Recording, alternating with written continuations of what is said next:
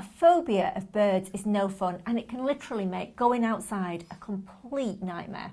So if birds get you in a flap, here's our tips to help.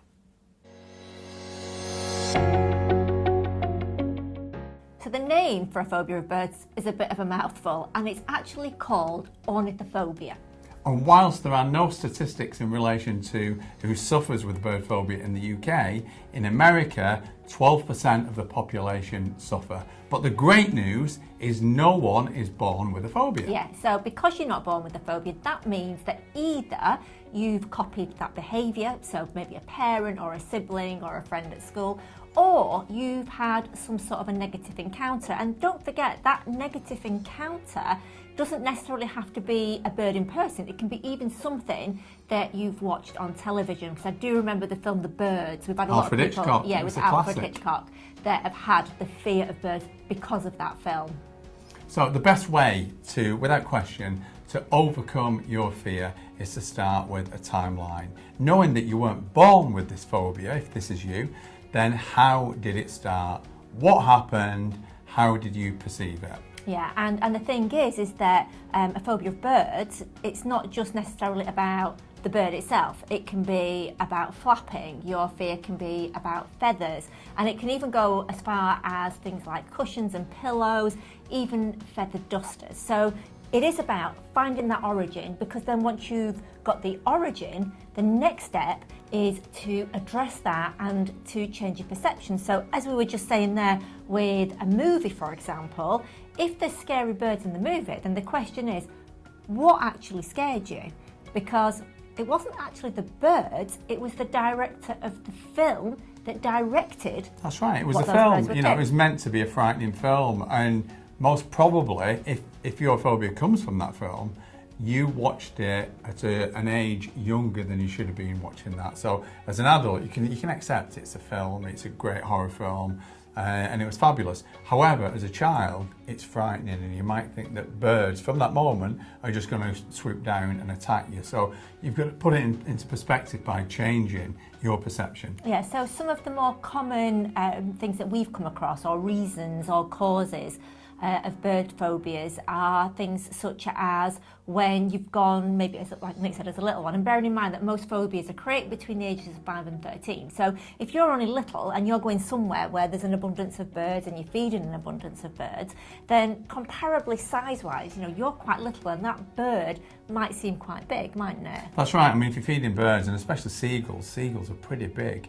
and they'll come towards food. So if you're walking on the seafront maybe, and we've had a couple of times where people said walking on the seafront and they've been holding some food and the seagulls swooped down, it wasn't to attack them, it was just coming for the food. So just looking at those situations and putting them in a real perspective, as opposed to a perspective where birds are attacking me, because birds do not attack. Yeah, so you've got exactly that, and you've got to understand, and changing that perception is actually, we always say see it for what it is and not how it felt. So if the birds were coming down, were they actually interested in you, or was it the food? And actually, they really aren't interested in you. A bird will never come and attack you. Another case that I came across actually quite recently, that I was speaking to a lady who she had a terrible phobia of birds, to the point where even going outside hanging washing out had now become a real issue. And the reason that she had her fear was because when she was a little girl, her dad brought her home from school and there was a dead headless pigeon on the driveway. Now, if you look at that situation and changing your perspective of that, what did the bird do? And who actually came off worse? So if you can change your emotion positively, and it can change from fear to actually compassion and pity, then you will change how you feel about birds. I can fully understand how a little girl seeing a headless pigeon will be terrified. And the thing is, when you feel frightened in that moment, she obviously blamed the bird, but the bird didn't do anything. And in the same way, we've had people who've had a bird phobia because their cat has brought one into the kitchen, and they've come down in the morning, the bird's been savaged basically, and it looks a mess, and they've been frightened of birds because of that. So it's a matter of putting it into perspective, but also looking at the positives from birds, because we won't be around if it wasn't for birds at all, because birds do so many things. They control pests, They help pollinate plants and trees because they disperse seeds. And actually, they've been known to bring back ecosystems that are really struggling prior to birds being there. And one thing that's completely amazing about birds is that they are considered an early warning system for things like climate change. Yeah, so it's really very important that you look at the origin, you change your perspective. So we've talked about films, we've talked about the little girl coming home and seeing a dead pigeon, and you've got to ask yourself the question, who was actually the victim in that situation? So who should we pity? We've also had situations where a brother, an older brother or an older sister has chased a little sibling with a feather duster. So, who should you blame? Who created the fear? Not the brother. Not the feathers, not the bird. Another situation, we spoke to a lady who, as a little girl, remembers a pigeon getting trapped in the house, and it was literally throwing itself at the window because it was desperately trying to get out. So we understand again. Well, that situation was frightening, but actually, while she was frightened, the bird was frightened a lot more because it was the bird that was trapped. And we asked that question, be fair in this situation. Who had the biggest fear, and was it trying to come towards you or get away from you? And she was like, oh goodness, yeah, it was trying to get away from me. And then, and it was banging and hurting itself in the process. It was so desperate to get away. And the other one that's just sprung to mind is where somebody has actually seen a bird that's been sort of attacked or mutilated. I think we mentioned that. And there was just another one that came to my mind that I can't think. Oh, flapping, that's what I wanted to talk about. That was it. So, because I know that a lot of people say, well, all right, I can kind of... I'm all right with the bird, but it's the flapping. I can kind of cope with the bird, but it's the flapping that's a real problem. So I'm glad I remembered that, because I do know that troubles a lot of people.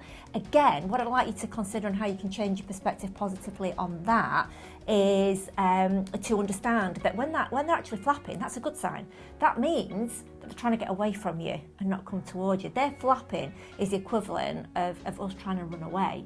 So, and that's just them desperately trying to get away. They're not trying to flap at you. It's their only means of escape. So actually, do you remember that time we had a lady who was feeding pigeons, and then it got its claw stuck in a woolly jumper, and it was flapping to trying to get away because it was flapping near her head. And all it was doing was just trying to get away. It was desperate. It really was. So I guess what we're saying is, look at the origin, change your perspective of that origin, and we've given you some examples there. And then, like Nick mentioned about the positives about birds, how they help us, the fact that pest control, they help plant seeds, they help to pollinate. They don't actually plant seeds, do no, they? Not you read that like they were physically gardening with the seeds. No, actually, because of what the berries that they eat, when they poo, it's the poo then goes on the soil and the seeds come out like that. Yeah, too much information, but it's not. You made it sound like the birds are out there. They're like, with the garden hat on, and they've got the little tools planting seeds. I suppose what we're asking is for you to be fair and to be compassionate. Birds, other than perhaps if you've got a little bit of food, are literally not interested in you. Not at all. They're frightened of us. They are absolutely petrified of us, particularly because they can't run away. All they've got is this flap to try and get away, and it's not instant. It takes a little bit of effort to do that. But really hope this film's helped. If you've got any other origins that we've not covered, and you'd like us to give you a little bit of an example of how you can change your perspective on that positively, do leave us a little message on here and we will come back to you. And if you want more information about phobias and our process on our 5-step formula on how to address phobias, then do have a look at our book, Conquering Anxiety.